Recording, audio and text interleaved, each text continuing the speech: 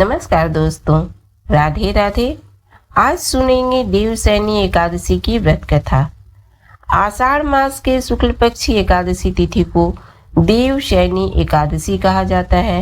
इसी दिन से भगवान विष्णु क्षीर सागर की अनंत सैया पर गहरी नींद में चले जाते हैं। इसके बाद कार्तिक मास की एकादशी तिथि को भगवान विष्णु योग निद्रा से निकलते हैं और इसी दौरान भगवान शिव सृष्टि का संचालन करते हैं। देवशैनी एकादशी को हरिशैनी एकादशी या पद्मा एकादशी भी कहा जाता है।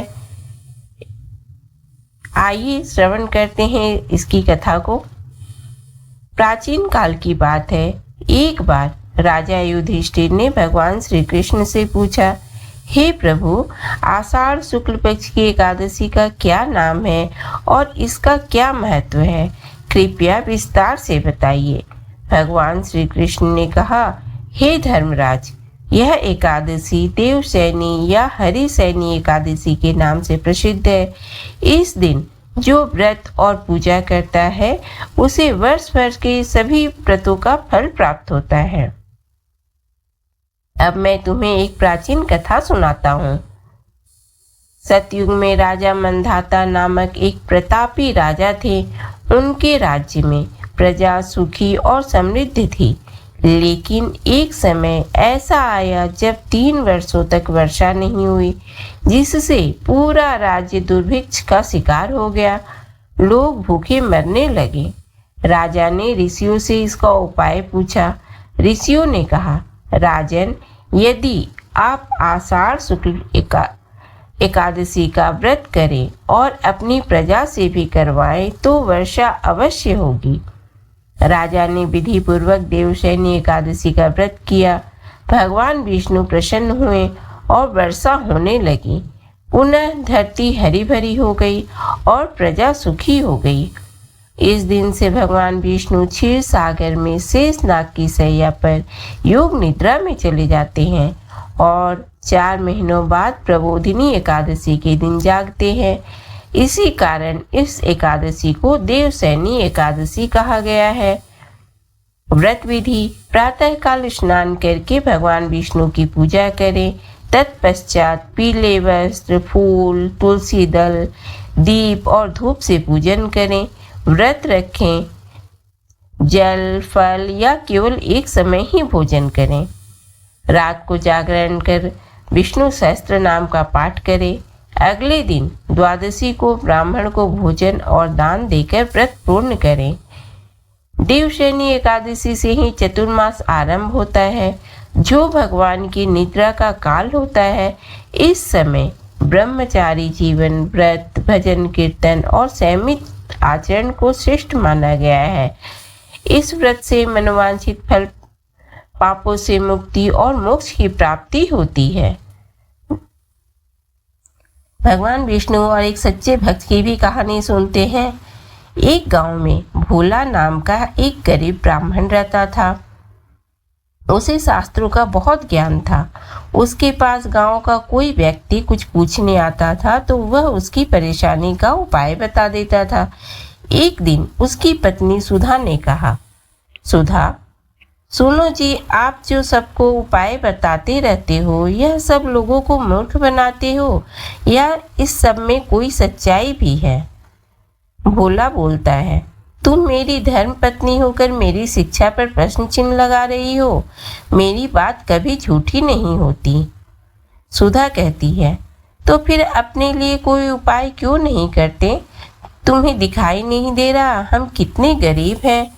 भोला बोलता है, अमीरी गरीबी की माया तो मेरे श्री हरि जाने, लेकिन एक बात है, उन्होंने आज तक हमें भूखा सोने नहीं दिया। सुधा, एक दिन ऐसा भी आएगा कि गांव में आपको कोई नहीं पूछेगा, तब भूखा ही सोना पड़ेगा। इसी तरह भोला भगवान विष्णु की भक्ति में लीन रहकर गुजर बसर कर रहा था। तभी एक दिन उसके पास एक सेठ जी आए और उन्होंने कहा, भोला, मेरे पास बहुत पैसा है लेकिन सुख भोगने के लिए संतान नहीं है।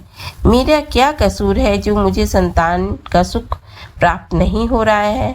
भोला बोलता है, सेठ जी, आपके पिछले जन्म के कर्मों के कारण आपके घर में संतान नहीं है।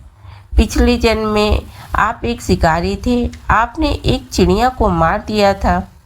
वह अपने बच्चों के लिए दाना लेने गई थी, जिससे उसके बच्चे भूख से तड़प कर मर गए। इसी कारण इस जन्म में आपको संतान का सुख नहीं मिल पाया है। सेठ जी बोलते हैं, पंडित जी, कोई तो उपाय होगा। भोला बोलता है, सेठ जी, जब आपके पाप कर्म समाप्त हो जाएंगे तो आपको यह सुख मिल सकता है। इसके लिए इंतजार करना होगा। सेठ जी बोलते हैं, मैं आपका घर धन से भर दूंगा, किंतु मेरे घर में संतान होने का उपाय बता दीजिए। यह सुनकर भोला को गुस्सा आ गया। उसने कहा, तुम मुझे धन से खरीदना चाहते हो? चले जाओ यहाँ से। उसके जाने के बाद सुधा ने कहा, सुधा बोलती है, जब वह सेठ धन देने को तैयार था तो तुम्हें क्या हो गया था? उसे उल्टा सीधा कुछ भी उपाय बता देते। भोला बोलता है, श्री हरि विष्णु का भक्त हूँ, झूठ बोलकर पाप की कमाई नहीं कर सकता। यदि तुम्हें मेरे साथ रहना है तो रहो, नहीं तो चली जाओ यहाँ से। यह सुनकर सुधा को बहुत गुस्सा आया, लेकिन वह कुछ नहीं बोली और चुपचाप अपने कामों में लग गई। जिस दिन से वे सेठ जी गए, उस दिन से गांव वालों ने भोला के पास आना बंद कर दिया, क्योंकि सेठ जी ने पूरे गांव में जाकर कहा कि वह तो लोगों को मूर्ख बनाकर पैसा ठगता है। ऐसी बातों को सुनकर गांव वाले भोला का विरोध करने लगे। कुछ समय के बाद भोला और सुधा की भूखों मरने की नौबत आ गई। तब सुधा ने कहा, मैंने तुम्हें कितना समझाया, लेकिन तुम तो अपने विष्णु भगवान के चक्कर में पड़े हो। अब जब हम जिंदा ही नहीं रहेंगे तो भगवान जी की पूजा कैसे करोगे? कुछ और दिन बीत गए। अब दोनों से उठा बैठा भी नहीं जा रहा था। वे दोनों अपने घर में लेटे हुए थे। सुधा बोलती है, लगता है मरने का समय आ गया है। भोला बोलता है, मुझे तो लगता है भगवान से मिलने का समय आ गया है। तू भी आखिरी समय में भगवान श्री हरि का ध्यान कर ले। भोला और सुधा दोनों श्री हरि भगवान विष्णु का ध्यान करने लगते हैं। उसी समय भगवान श्री हरि विष्णु उन्हें दर्शन देने के लिए प्रकट हो जाते हैं। भोला बोलता है, भगवान, अब तो हमारे अंदर इतनी भी हिम्मत नहीं कि आपके श्री चरणों में प्रणाम कर सके। अब तो आप हमें अपनी शरण में ले लीजिए। भगवान विष्णु, तुम मेरे ऐसे भक्त हो जो बिना किसी लालच के मेरी भक्ति कर रहे हो।